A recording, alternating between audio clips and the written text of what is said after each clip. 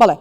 بۆ خۆتان نەزانن لە 23 حوزەیرانەوە ئەمە چەندەمین جارە هێرشی موشەکی دەکرێتە سەر کێڵگەی غازی کۆرمۆر لە قادرکەرەمی چەمچەماڵ و لە ماوەکانی ڕابردووشدا چەندین جار موشک بارانکردنی هەرێمی کوردستان ناوچەکانی هەرێمی کوردستان بەبێ جیاوازی کراوە دژی بەرژەوەندە ئابوووریەکانی هەرێمی کوردستان. ئەمە دەکەماتەوەری ئەم شەوی کاتژمێر 23 گفتوگوی زیاتری لەسەر دەکەم بە میوانداری بەڕێز شێروان شەمێرانی چاودێری سیاسی کا بەڕێزیان لە سلێمانیەوە لەگەڵمان دەبن. بەڕێز شێروان شەوتان باش، سپاس بۆی کە ئامادەن لەگەڵمان. با لەگەڵ بەڕێزیشتا هەر بەو پرسیارە دەست پێ بکەم، بۆچی هەرێمی کوردستان دەگرێتە ئامانج؟ بۆچی ئابووری هەرێمی کوردستان کراوەتە ئامانج و بە بەردەوامی لێی دەدرێت؟ سپاس. بسم الله الرحمن الرحیم. وەڵامدانەوەی ئەم پرسیارەیان بۆ قسەکردن لە ئەو ڕووداوانە یان ئەو گرتنا ئامانجی هەرێمی کوردستان خاڵێکی بنەڕەتی هەیە، ینی چوارچێوەیەکی گشتیە پەیوەندی بە قوارەی هەرێمی کوردستان و عێراق و سیاسەتی هەرەمایەتی و نێودەوڵەتیەوە هەیە. خاڵێکی کەشی پەیوەندی بە هەندێک ڕووداوی هەنووکەیەوە هەیە کەوا ئێستا لە عێراق و لە ناوچەکە ڕوو ئەدا. کەمێک پێش ئێستا وتەبێژی حیزبوڵای عێراقی کە زیاتر ئەوان هێرشی ڕاستەوخۆ چ بە درۆن بێت یان لە ڕێگای لێدوانەکانیانەوە بێ ئەکەنە هەرێمی کوردستان سەبارەت بە ئەم ڕووداوانەی چەمچەماڵ قسەیەکی تر ئەکا ئەوەی ئەو بکە ئەمڕۆ سێمین جارە ئەو جاران ئەوت ئێمەین یان ئەمە مقاومەیە یان دش بە ئەمریکیەکان یان دش بە ئیسرائیلەکان ئێمە ئەم کارانەکەین یان دش بە جیاخوازەکان ئینفیساڵچیەکان. بەڵام ئەمڕۆ کەمێک پێش ئێستا قسەیەکی تر ئەکا ئەڵێ ئەو بە ئامانجگرتنی چەمچەماڵیان ئەو داناغاز ئەوە لەلایەن کۆمەڵە کەسێکەوەن لە دۆست خورمات و پیاوی مخابەراتی تورکیان ئەوانە ئەیانەوێکەوە ئەو شوێنە بکەنە ئامانج بۆ ئەوەی کەوا پەیوەندی نێوان سلێمانیان هەرێمی کوردستان بە هەر شێوەیەک بێن بارودۆخەکە باڵسکێنن. ینی ئەبەو شێوەیە تا ئێستا ئەمە یەکەمین جارێکەوە میلیشەکان حزبوڵای عێراقی ئێمە ئەزانین کەوا یەکێکە لەو گروپە چەکدارە زۆر تودڕەوانەی تەنانەت لە دەرەوەی سیاسەتی حەشدی شابژ مامەڵاکە لەگەڵ ڕووداوەکانە بەم شێوەیە بۆ ئەچێ. ئەمە بەڵگەیە لەسەر ئەوەی کەوا دەستێکی نێودەوڵەتی لەوانەیە بە شێوەیەکی تر مامەڵە لەگەڵ ئەم ڕووداوانەی ئێستا بکرێ ئامانجێکی تری هەبێ بێجگە لەو ئامانجەی کەوازە ڕاستەخۆ هەرێمی کوردستان ئەکرێتە ئامانج یعنی قوارەی هەرێمی کوردستان. ئەمە لەلایەکی تر خۆی بۆ خۆی دیسانەوە ئەمە بەڵگەیەکەوە دوو جۆر دەوڵەتەن لە عێراقا، دەوڵەتێکی ڕسمیە ئەوەش کەوا پێ ئەوترێ دەوڵەتێکی سێبەر، دەوڵەتە فەرمیەکە یان دەوڵەتە ڕسمیەکە بریتە لەوەی کەوا لە ڕێگای دەستگاکانەوە مامەڵە لەگەڵ هەرێمی کوردستانە یان لەگەڵ دەستگاکانی هەرێمی کوردستانە کرێ کاتێ کەوا لە ڕێگای دەستگا ڕسمیەکانەوە مامەڵای کرێ هەندێک ئامانجیان هەیە ئەوە بۆ ڕووکەشیە یان بۆ نێودەوڵەتیە لە ڕوانگەی یان لە چوارچەوەی یاسا نێودەوڵەتیەکانەوە هەڵسوکەوت ئەکرێ. ئەو دەوڵەتە سێبەرە هەر ئەو دەوڵەتی یعنی سێبەری هەمان دەوڵەتە هەمان هێزە، بەڵام کۆمەڵە هەنگاوێکیان پێ ئەندرێت کەوا لە ڕێگای دەوڵەتی فەرمیەوە ناتوانن بینێن کە بریتە لەمەی کەوا ئەوترێت چەند ڕۆژێک پێش ئێستا یەکێکیان لە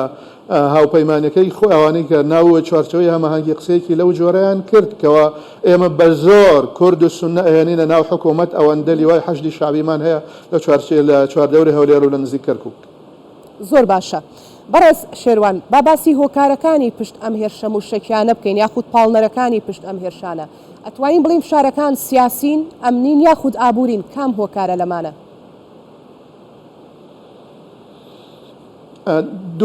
لەگەڵ ئەوەی کەوا باسم کرد دیسانەوە بێنەوە سەر خاڵە بنەڕەتەکەی کەوا پەیوەندی بە چوارچێوەی کوردستانەوە هەیەن ئەوەی پێ ئەوترێ قوارەی هەرێمی کوردستان.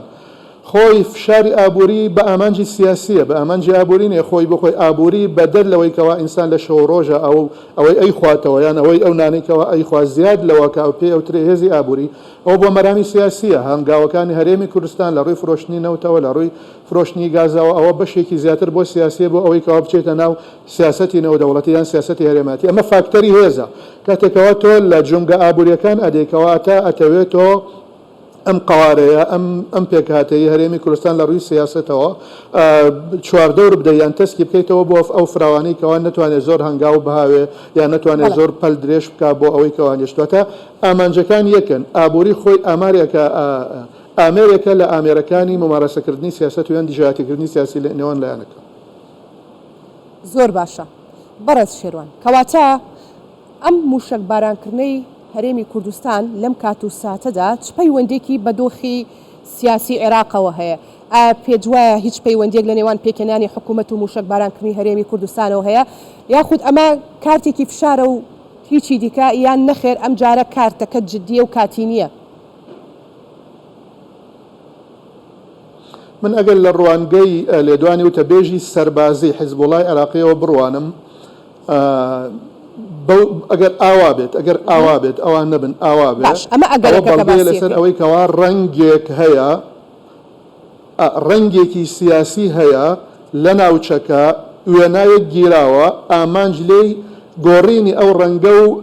دەستکاریکردنی ئەو وێنایە لە لای جەماوەەر بە شێوەیەکی گشتی بێ ئەوەی بچمە ناو درێژ نەچمە ناو تەفاسیلی ئەم قسەیەم احتیمالە مەبەست تەنها ئەوە بێ ئەو ڕەنگەی کەوا گیراوە ڕێژراوە لە ماوەی ڕابردوو ڕەنگی سنووری سیاسی مەبەستە یان ئەو وێنایی کەوا بۆ هەندێک ئەملاولا لە عێراق یان لە هەرێمی کوردستانە گیراوە لە ڕوانگەی وتەبێژی ئەسکەری حیزبوڵای عێراقیەوە احتیمالە بیانەوێتەوە ئەو ڕەنگە بگۆڕن بە تایبەت لە کاتێکەکەوا مخابەراتی تورکی واتە میت تاوانبار ئەکرێەوە بە تەحدیدەن لە ناو دۆست خورماتوەکەەوە ئەوان یەن بۆمبارانی چەمچەماڵیان دانەغازەکەن ئەمە خاڵێکیان خاڵی دووەمیان بێگومان کاتێکەوە وابوو پەیوەندی بە پێکەنانی حکوومەتەوە هەیە پەیوەندی بە پێکەنانی حکوومەت بە دوو ڕوو لە ڕوویەکەوە بۆ ئەوەی کەوا بڵێن بە هەرێمی کوردستان ئەگەر ئەمەیان بێ بۆ هەرێمی کوردستان کەوا ئێمە ئەتوانین لە هەر شوێنێکە بمانەوێ جونگەکانی هێز لای ئێوە لە پەک بخەین بۆیە هیچ کارتێکتان بەدەستەوە نییە ئێوە هەموو کارتەکان لە لای ئێمن ئەوەی کەوا ئێمە ئەمانەوێ بێن فەرمونون و لەوانەیە ئامانجی ناڕاستە و خۆش حیزبوڵایان هەر لایەنێکی ترکە ئەوە هێرشانەکە ئەوە بێ خاڵی دووەم بۆ ئەچمەوە سەر خاڵ یەکەم بۆ گۆڕانکاری ئەو ڕەنگەیە بۆ ئەوەی کەوا پێکاتەیەک یان هەر لایەنێکەیەکەوە لە حکوومەتی داهاتوو ئەوێ بە شێوەیەک بەشداری بکە هەندێک نیشانەی پرسیار هەبن بۆ ئەوەی کەوا ئەو نیشانە پرسیارانە هەڵبژێت. زۆر باشە. بەڕێز شێروان بۆ خۆتان نەزانن درۆن و موشک ئەمانە چەکی ئاسایی نین کلاشینکۆفێک نییە دەمانچەیەک نییە بۆ دەبێت ئەم چەکە قورسانە بەدەست ئەم گروپ و ئەم میلیشیا لە یاسا دەرچوانەوە بێ لە عێراقدا ئایا حکوومەتی عێراقی ناتوانێت کۆنتترۆلی ئەمانە بکات یاخود نایەوێت کۆنتترۆلیان بکە؟